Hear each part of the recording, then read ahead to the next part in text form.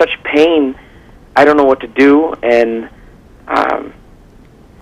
you know, besides taking them to a doctor, they walk kind of funny. I don't know if that's because they're coming, you know, from my cousin Johnny's house, who's registered. Hello? I'm sorry. We lost that call. Lost that caller. Sorry. Do we have another caller? Okay. He made an important point, if we can touch on that, and he mentioned pain. And when a child has pain, you need to take them to a doctor. Children do not complain with no reason. And a withdrawal from activity, those taking off their shoes, not wanting to walk around when you go out to the zoo or the park, those are all reasons to be checked out either by the pediatrician or a podiatrist. Good advice. So before we got that other caller, you were about to talk about flat feet. Flat feet, right. Flat feet is probably the number one reason that parents bring their children into my office. And many flat feet do not need to be treated. Flat feet are very normal in children under 2. All kids are very flat. The arches will slowly form between the ages of 2 and 5. And as those arches form or do not form, then we decide whether or not treatment is necessary.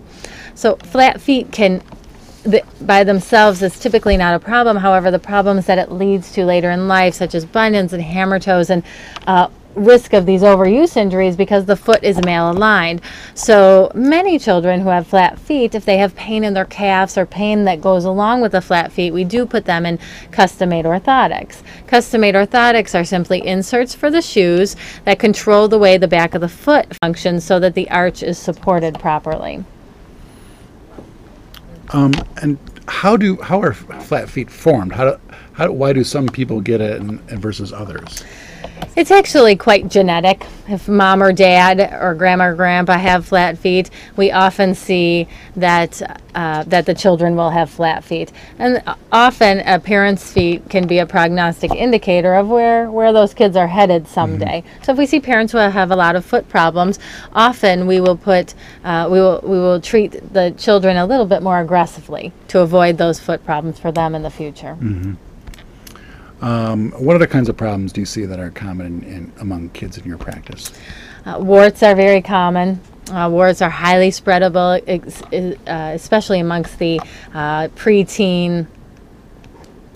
Especially amongst the preteen set, because they're starting to take gym, they're starting to run around at the pool, and it's important with warts that they are treated early. The earlier they are treated, the easier they can be gotten rid of. When they get bigger and more painful, it's much more difficult to deal with those. So while it seems like, oh, it's just a wart, it's really a very important problem. Okay, I think we have another caller.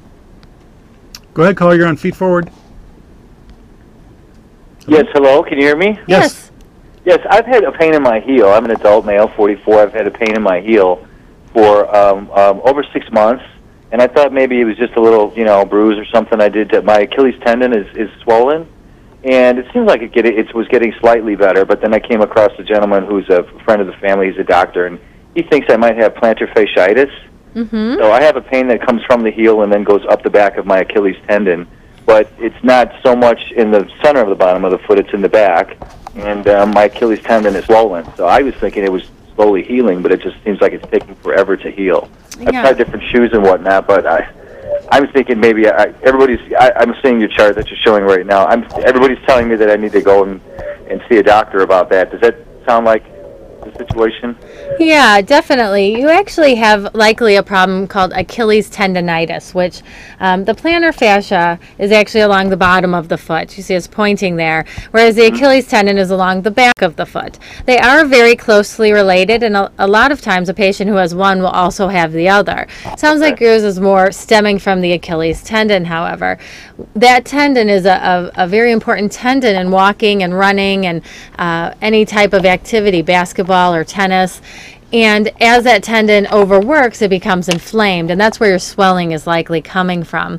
It's important that you get it looked at by a doctor because sometimes the Achilles tendon can actually rupture, and we want to make sure that you are not at risk for that rupture, because once that does rupture, that becomes a much bigger problem than what you have today. Right. Okay, I understand. Yeah, I was thinking that it would slowly get better, but it just seems like, it gets a little bit better, but it's still do they usually take that long to heal, or do I need to? I was looking at reading things about how you need to change your shoes, and there's a bunch of different therapies that they try for it, probably because I haven't done any of those things, it's not getting any better. Or do injuries like this just take a real long time to heal because you're walking at them all the time? No, typically foot injuries do not just go away. So it's not solely from your shoes, it's also from the mechanics of your foot, which is why some people have foot problems and can wear the same shoes as someone else who has no foot problems. So it is important that you get some of those treatments started and underway, because the faster you get them, the faster it can get better. Achilles tendonitis treated very early in its process can be better in 2 or 3 weeks, whereas later in the process can take several months to improve, even with treatment. Okay. So I would recommend the IPMA website. That's right, Okay. www.ipma.net.